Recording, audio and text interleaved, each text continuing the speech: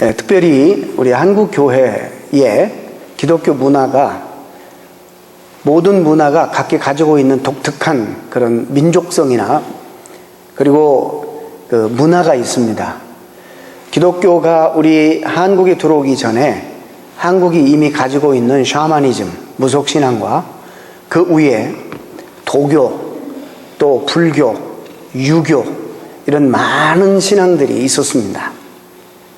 그래서 그것이 우리의 삶의 전반을 책임지고 끌고 가는 하나의 정신 문화였습니다.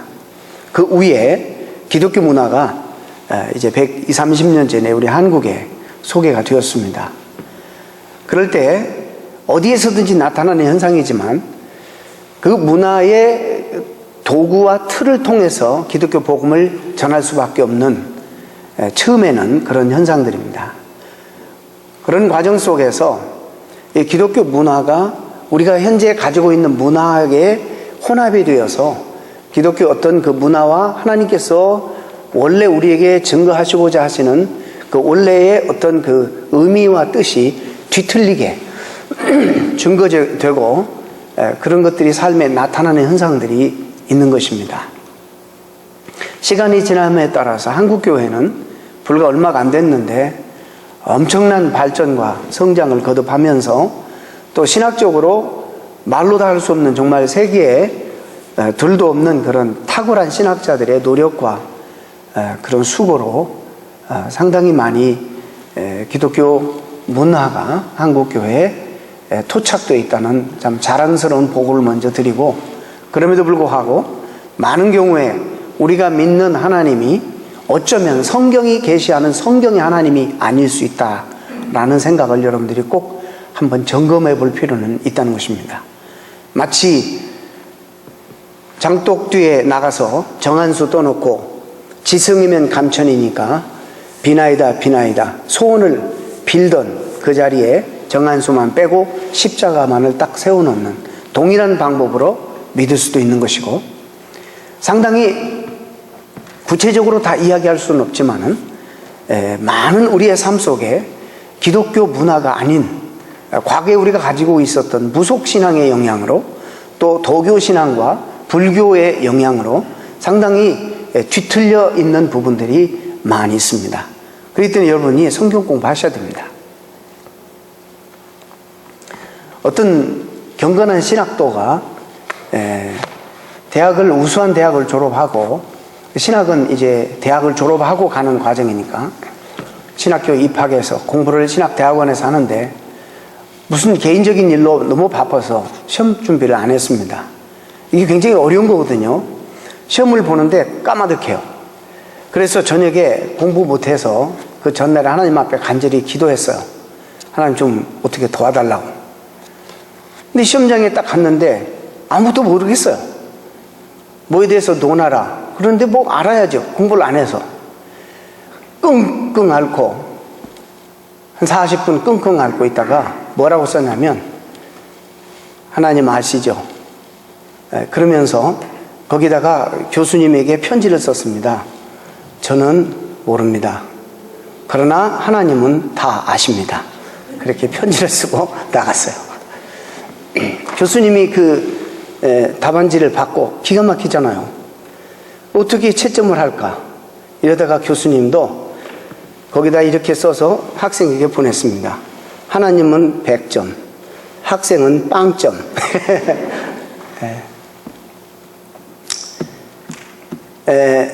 재미있는 이야기예요. 누가 만드는 이야기인 것 같아요. 뭐 그럴 리가 있겠습니까?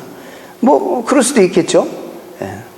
그러나 그게 어떤 부분에서 잘못된 신앙입니다. 왜냐하면 하나님께서는 또 영적 원리를 주시면서 심은 대로 거두신다 라고 하나님 말씀하셨거든요. 그렇기 때문에 그 누구보다도 더 말씀에 순종해서 열심히 공부했어야만 하는 신학도 공부를 안 하고 요행만을 바라고, 하나님은 그럴 때, 만약에 그럴 때 자꾸 하나님이 역사하신다면 신앙생활에 엄청난 혼란이 일어납니다. 그럼 누가 공부하겠어요? 우리나라 경제가 규모로는 세계 8위, 뭐 9위 정도 됐다고 합니다. 그런데 아직도 여러분도 저도 약간 불안한 게 있잖아요. 여기 큰 나라 와서 살다 보니까 세계적인 안목을 가지고 우리 조국을 사랑하는 마음으로 늘 들여다보지 않습니까? 여기 오래 살아도 한국 뉴스에 대해서 관심이 많습니다. 들어보면 막 조국이 발전하고 말이죠. 너무 기분도 좋고 감사하지만은 좀 불안해요. 예. 근데 그 안에서는 전혀 불안감 느끼지 않냐고 잘 사는데 밖에서 보니까 좀 불안해요. 마치 어떤 모래성을 쌓는 것 같은 불안함이 우리 마음속에 밀려옵니다. 특히 이 거짓말과 겉포장에 얼룩진 우리 사회는 더 이상 올라갈 수 없을 뿐만 아니라 이제 언제 무너져도 무너질 것 같다라는 이런 불안감이 우리에게 듭니다. 그것이 왜 그러냐면 수년 전 이런 통계들 때문에 그렇습니다. 검찰 통계에 따르면 인구 10만 명당 사기사건 건수에서 한국은 일본의 35배, 35배나 많다고 합니다. 그리고 또 그 통계 뒤에 달린 또 하나의 통계를 보니까 뺑소니 운전수가 1년에 한국의 뺑소니 운전수가 한 7,000건, 6,855건인데 우리보다도 훨씬 차를 많이 만들어내고 차를 많이 운영하는 일본에서는 1년에 뺑소니 운전수가 하나도 없다는 거예요. 그게 믿어지는가? 이런 보고를 딱 들을 때 내 가슴이 얼마나 답답한지 몰라요. 적어도 우리 한국이 기독교 국가잖아요. 적어도 우리 한국이 하나님의 축복으로 이렇게 부강한 나라가 되었잖아요. 이제는 우리나라뿐만 아니라 아시아를 책임질 만한 그런 어떤 하나님의 명령이 우리에게 주어졌다고 우리는 그렇게 믿고 살잖아요. 근데 왜 이런 부분에서는 전혀 성장이 없고 발전이 없는가? 우리 사회가 이 겉포장하는 데 사활을 겁니다. 속은 텅텅 비어 있으면서도 정말 거칠해, 허세, 허영 이런 것 때문에 몸살을 앓고 있죠. 그런 것 때문에 들어와서는 밖에서는 욕설을 하고 흥분해하면서 또 집에 들어와서는 아이들에게 어떻게든지 간판 따라고 닥달합니다. 이게 우리의 모순된 모습이에요. 우리나라가 성형수술의 왕국이 된 것도 이건 절대로 우연이 아니라고 봅니다. 우리나라가 전 세계 화장품이 제일 잘 팔리는 것도 이거 우연이 아니라고 봅니다. 이 거칠해, 거치장 이런 거에 대해서 이 목숨을 걸고 사활을 거는 그런 어떻게 민족이 되어버렸습니다. 뉴스위크지에서 발행하는 세계 여행 안내책자에 보면은 한국의 특성을 소개하면서 옷을 잘 입는 민족 이렇게 소개했다는 거예요. 옷을 거칠애를 잘하는 민족이라. 전 미국 와서 너무너무 정말 좋은 게 아무거나 입어도 누가 뭐라고 하는 사람 없어서 너무 좋아요. 그라지 세일 다니면서 내 몸에 맞으면 무조건 그냥 내가 입으면 또 멋져 보이잖아요. 그죠? 아무거나 입는 거예요.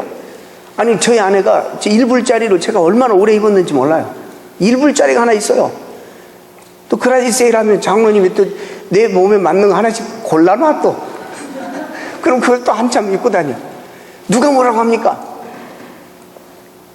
근데 한국에서 딱 오는 사람은 금방 눈에 펴나. 금방 나타나요. 그게 왜 그럴까? 참 중요하다. 이게 좀 어색해. 근데 우리가 가면 너무 촌스러워, 한국에 가면. 그래서 우리가 한국에 도착하자마자 미국에서 왔다는 거 다 안다는 거예요. 뭐가 정상인지 한번 생각해 봐야 돼요.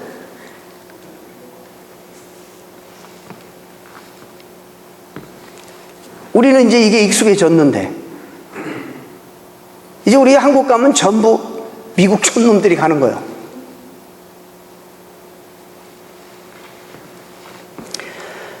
이런 통계들을 보면서 이민교회를 비롯해서 우리 한국교회 성도들은 어떤 면에서 신앙의 기본에 충실하지 못한다. 기본적인 신앙을 삶에 적용하는데 정말 실패하고 있다. 우리 인격을 논한다면 어떤 그 문화관, 우주관, 예를 들어서 우리의 세계관을 건드리지 못하고 복음이 우리의 삶의 어떤 겉부분만을 건드려서 아직도 우리가 정말 변하지 않고 있다는 거예요. 예수 그리스도를 영접하고 살아가고 있지만은 주님과 세상을 겸하여 섬기는 그런 모양을 우리가 띠고 살아간다는 것입니다. 최근에 한국의 교회들이 사회의 몰매를 맞고 또 실제적으로 사회적인 디맨드나 이런 도덕성의 결여로 젊은이들이 교회를 많이 빠져나갑니다. 이것 때문에 교회에서 필연적으로 이런 질문이 나오게 됩니다. 복음이란 무엇이냐?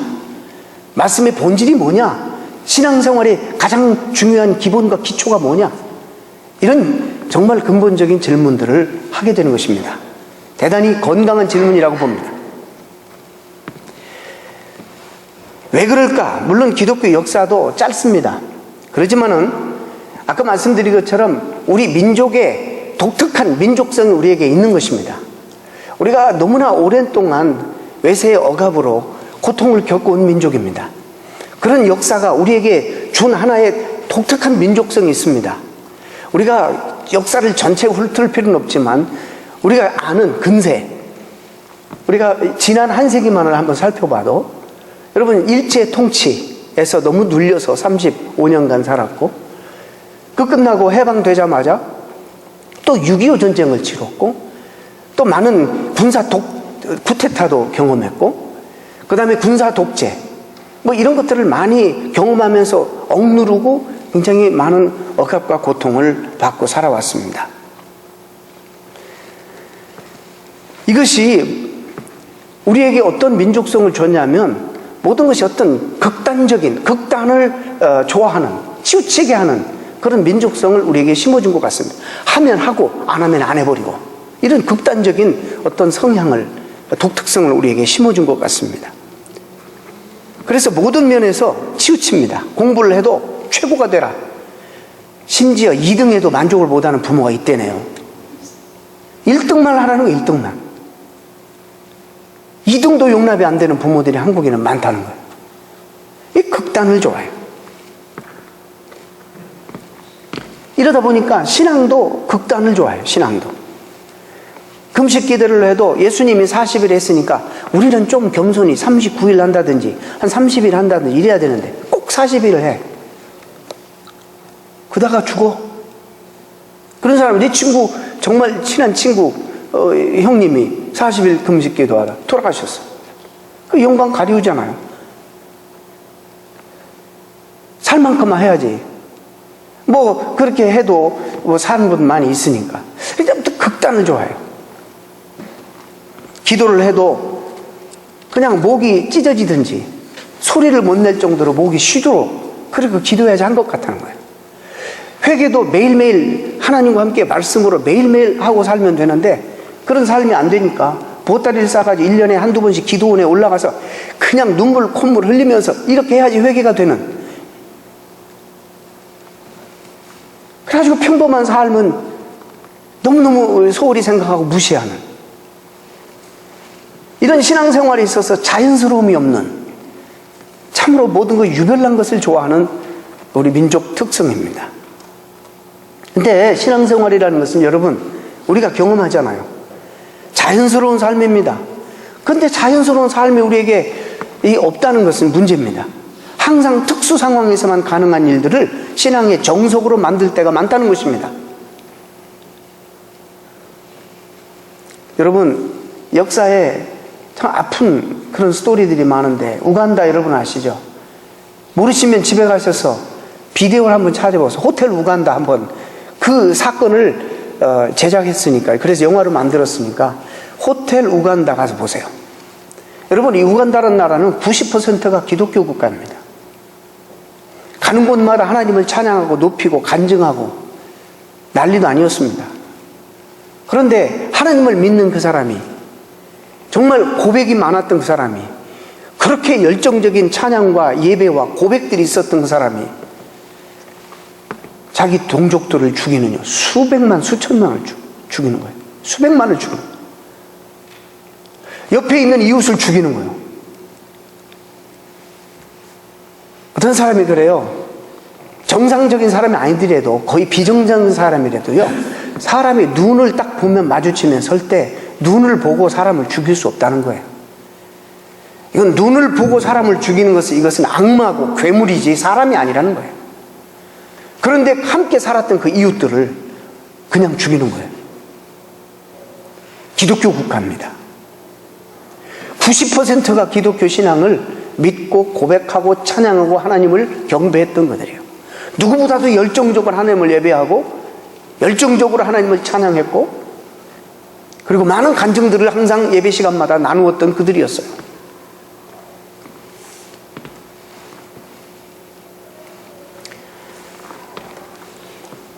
가슴 아픈 일이 아닐 수 없습니다. 그들은 성경의 하나님이나 객관적인 성경의 진리보다 주관적인 개인 체험이, 그리고 개인적인 간증이 언제나 더 앞서고 유행했습니다. 소위 값싼 복음을 가리켰습니다. 값싼 복음. 보기에는 은혜가 충만한 교회였지만 그곳에는 진리가 빠져 있었습니다. 여러분 요한복음 1장에서 예수님에 대해서 말씀이 육신이 돼 우리 가운데 거하니 하나님의 영광이 가운데 충만하더라. 그런데 거기에 보니까 하나님의 영광이 충만한데 은혜와 진리가 충만하더라. 여러분, 은혜와 진리가 함께 가야지, 이것이 빠져버리면 은혜만 있으면 우간다처럼 되는 거예요. 은혜만 있으면 이건 도덕성이 결여되는 거예요. 은혜와 진리가 함께 가야 되는 거예요. 정말 훌륭한 부모는 자식을 사랑하지만 거기에 진리 안에서 사랑해야 돼요. 그래서 잘못하면, 말씀에 어긋나면 바로잡는 진리성이 있어야 돼요. 근데 우리가 그런 부분이 약하단 말이죠. 감정만 강하니까. 은혜, 뭐든지 은혜, 은혜로 돕고 은혜로. 그런 말 여러분 함부로 써서는 안 되는 거예요. 주님은 이 은혜라는 말을 우리에게 주시기 위해서 어떻게 하셔서 하나님은 자기 자신을, 자기 아들을 십자가에 매달았어요. 그 공의 때문에, 그 진리를 세우기 위해서 자기 아들을 십자가에서 죽였습니다. 그리고서 비로소 은혜라는 말을 사용하신 거예요. 우리가 뭐 좀 잘못하고 인정 안 하고 무슨 은혜로 덮자, 우리 그런 말 쉽게 해서는 안 돼. 굉장히 이게 무거운 말이에요. 한국교회도 수십 년 가까이 기복신앙에 빠져 있었어요. 예수 잘 믿으면 복 받고, 그래요, 복 받죠. 그것을 언제나 물질적으로만 생각했어요.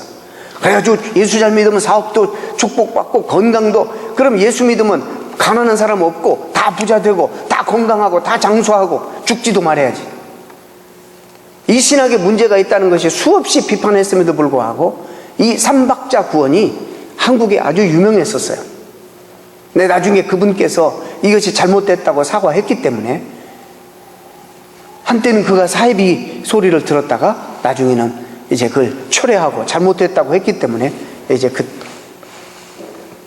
닉네임을 뺐지만은, 그러다 보니까 그냥 번영신학이라 그러죠.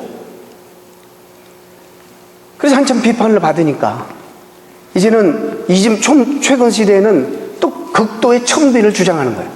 예수 믿는 사람은 가난해야 된다는 거예요. 이게 왜 중간지대가 없는지 몰라. 왜 극단을 좋아하는지 몰라요. 번연신학, 축복의 신학 아니면 청빈, 부자 아니면 청빈. 우리 어떻게 하라고? 우리 같이 이렇게 평범하고 보통 사람들은 도대체 어떻게 신앙생활 하라고? 저는 오늘 이 말씀을 드림으로 여러분들에게 정말 자유함을 드리려고 합니다. 그러면서 본질을 좀 봤으면 좋겠다는 거예요.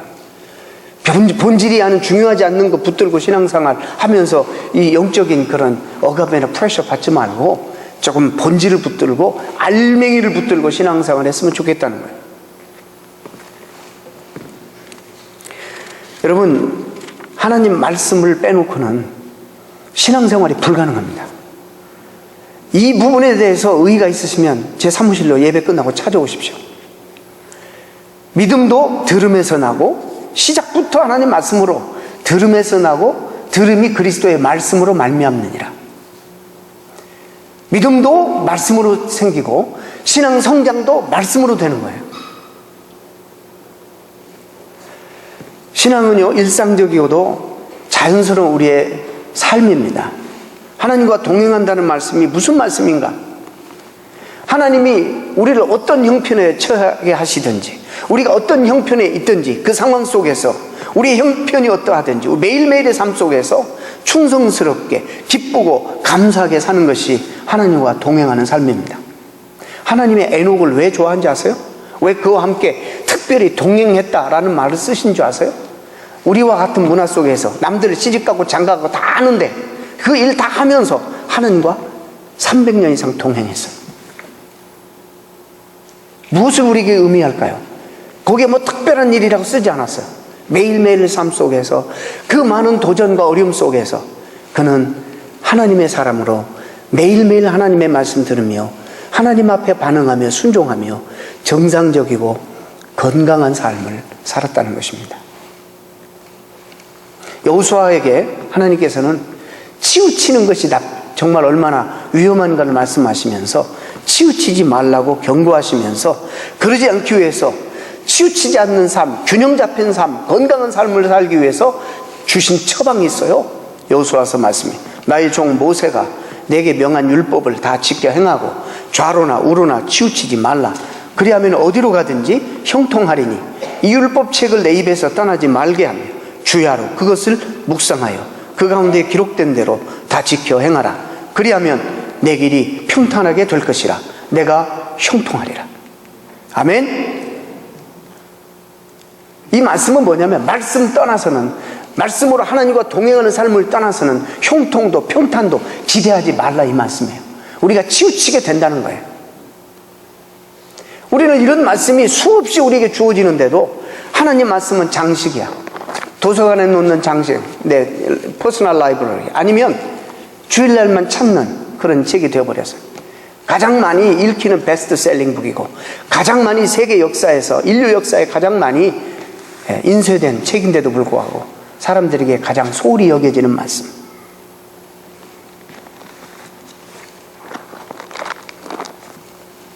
신앙생활의 가장 중요한 기본 자세 뭐냐?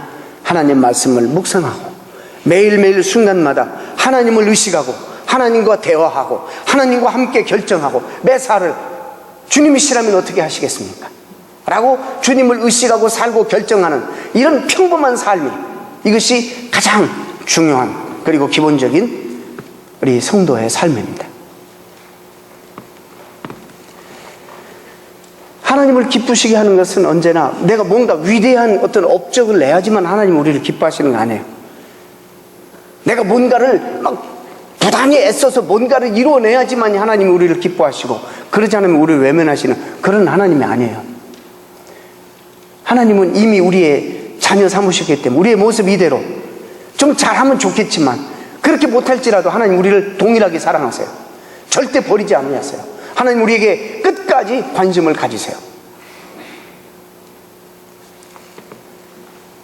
하나님 우리에게 매일매일 우리가 어떻게 하나님과 동행합니까? 한번 상상해 보세요. 어떻게 동행? 하나님이 육체적으로 피지컬리 이 땅에 오셔서 내 손을 잡고 나와 함께 걸어가실 것인가? 어떻게 한다는 건가 도대체? 여러분 말씀해 보세요. 어떻게 하는 것이 하나님과 동행하는 거예요? 무엇을 통해서?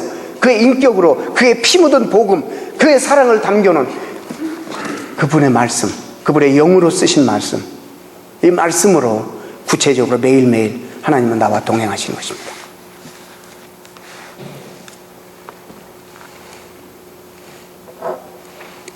그래서 일상적인 삶 속에서 우리가 하나님 앞에 반응하고 신실하고 충성스럽게 우리 하나님 뜻에 예스하고 순종하며 살 때 뜻밖의 우리의 삶 속에 하나님 주시는 풍성한 은혜들이 넘치는 것입니다.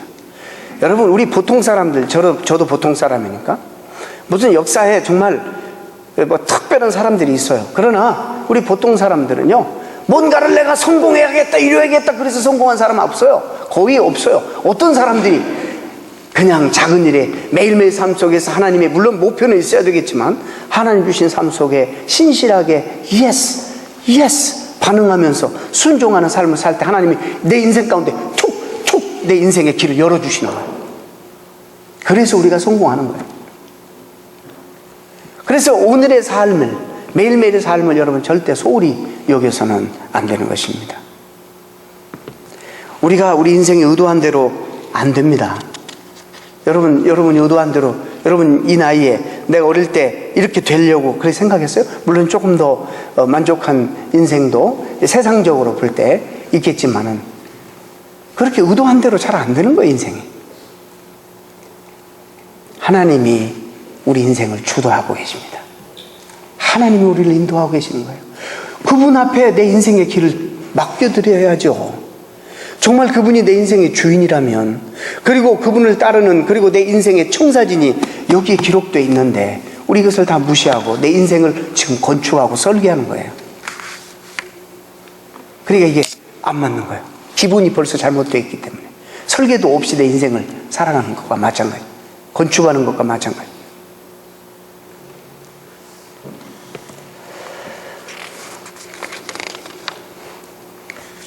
극단적인 신앙은 문제입니다.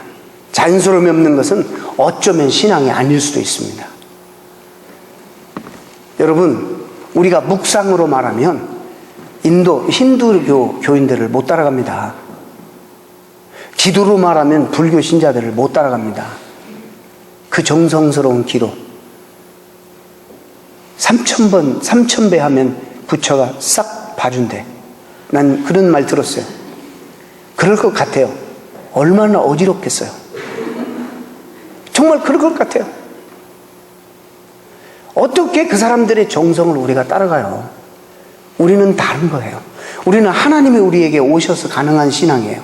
하나님이 우리에게 은혜 주셔야지 시작되는 것이고, 하나님이 우리에게 그분이 우리의 신앙의 주체예요. 아시겠어요? 우리가 아니에요.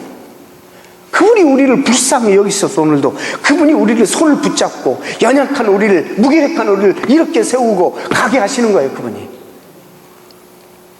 이제는요, 그분과의 우리의 관계에 있어서는 그분의 영광이 우리에게 걸려있기 때문에 우리가 시시하게 사는 걸 그분이 원치 않으세요. 우리가 형편없이 이렇게 사는 거 그분이 먼저 원치 않으세요. 자기 의의 이름을 위하여 우리를 인도하시는 거예요. 시편 23편 잘 보세요. 그분의 영광이 손상되는 걸 그분이 먼저 허락지 않으세요. 기가 막힌 거 아닙니까? 성철 스님이 면벽하고, 제가 비판하는 거 아니에요. 면벽하고 10년간 진리를 깨달으려고 10년간 앉아서 주무셨다는 거예요. 제가 그 얘기 듣고 얼마나 감동이 된지 몰라요. 저는 몇 시간도 벽에다 이러면 돌아버릴 것 같아. 어떻게? 근데 그분이 돌아가시면서 내가 진리를 찾으려고 애쓰고 노력했는데 참 진리가 무엇인지 잘 모르겠다. 할렐루야. 하나님이 그런 식으로 해서 하나님 앞에 오게 했다면 나는 이 세상에서 소망이 없는 사람이에요. 여러분, 대부분 소망이 없는 사람들이 어떻게 하나님 앞에 가겠어요? 그런 노력을 가지고. 툭 하면 주의를 빼먹고, 툭 하면 하나님보다 세상을 좋아하고, 툭 하면 헌신? 무슨 말입니까? 순종? 아유, 부담되는데요? 희생? 아이고, 그거는 예수님이 하는 거지 나하고는 상관이 없는, 다른 나라에서 하는 말 같아. 대부분이 이런 사람들인데. 근데 하나님은 우리를 사랑하셔서 우리의 모습 이대로 받으시고 우리를 계속 품으시고 사랑을 베푸시니 어느 순간에 우리가 지금 이 자리에 와 있어요. 어느 순간에 우리 마음속에 하나님을 사랑하고 싶어하는 마음이 생기고 열정이 생겼어요. 주님이 나한테 이렇게 일방적으로 하시는데 나도 주님을 위해서 뭔가를 좀 해봐야 되지 않겠느냐라는 내 마음속에 경건한 디자이어가 생기게 돼요. 참 놀랍죠? 이것이 십자가의 은혜예요. 이거 주님이 하시는 일이에요. 주님 우리에게 계속적인 은혜를 베푸시니까 되어지는 일이라는 거예요.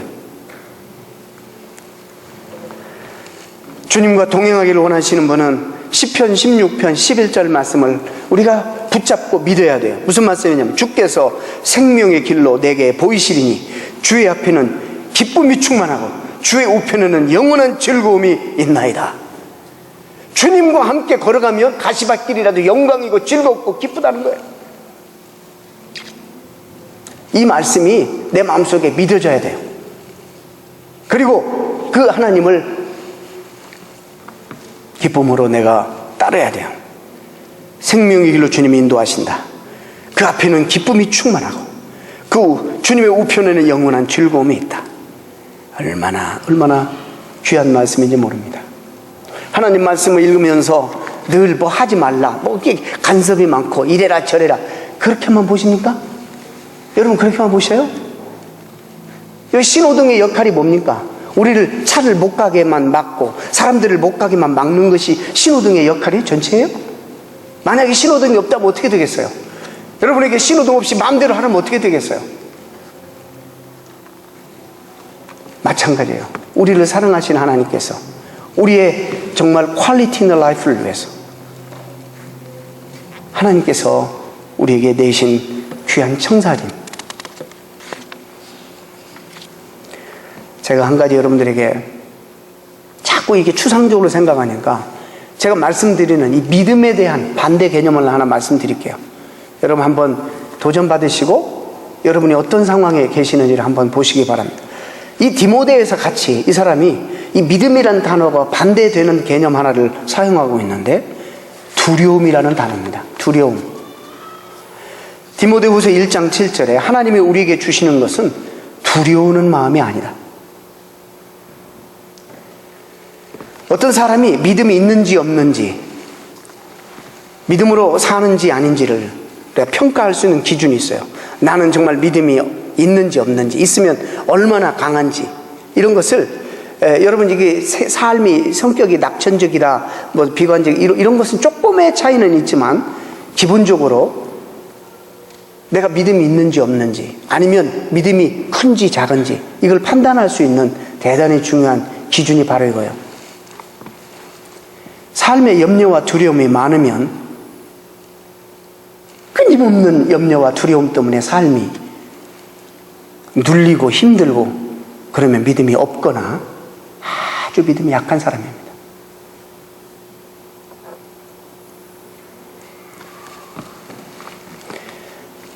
믿음의 반대 개념은 불신이라기보다는 염려와 두려움입니다.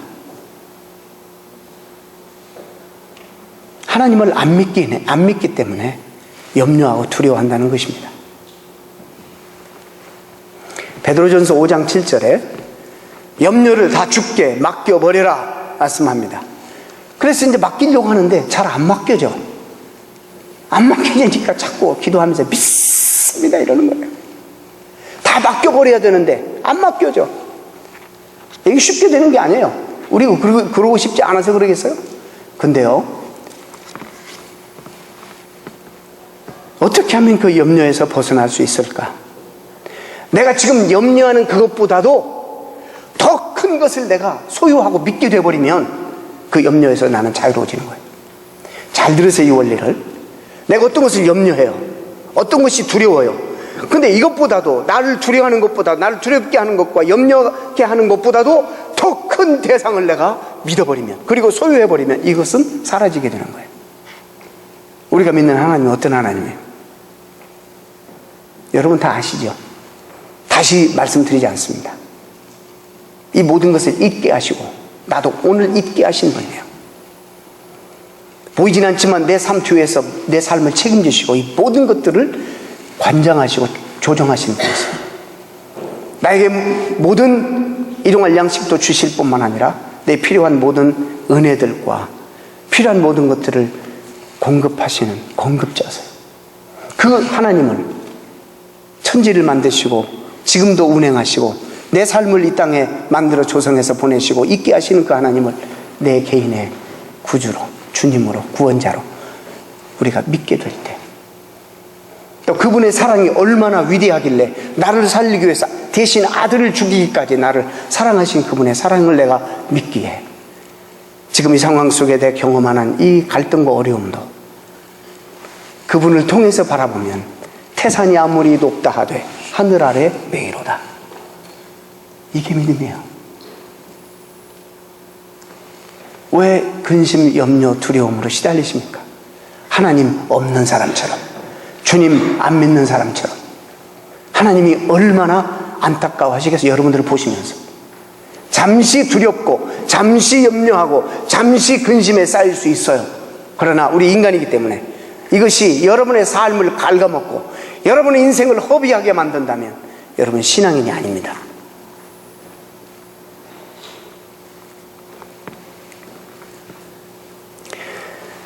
하나님은 그런 시련과 풍랑을 통해서도 그것을 도구로 삼아, 그것을 통로로 삼아 우리를 다시 더 믿음을 견고하게 하시고 하나님을 의지하게 하시고 더 큰 바다로, 더 큰 세계를 바라볼 수 있도록 축복하십니다.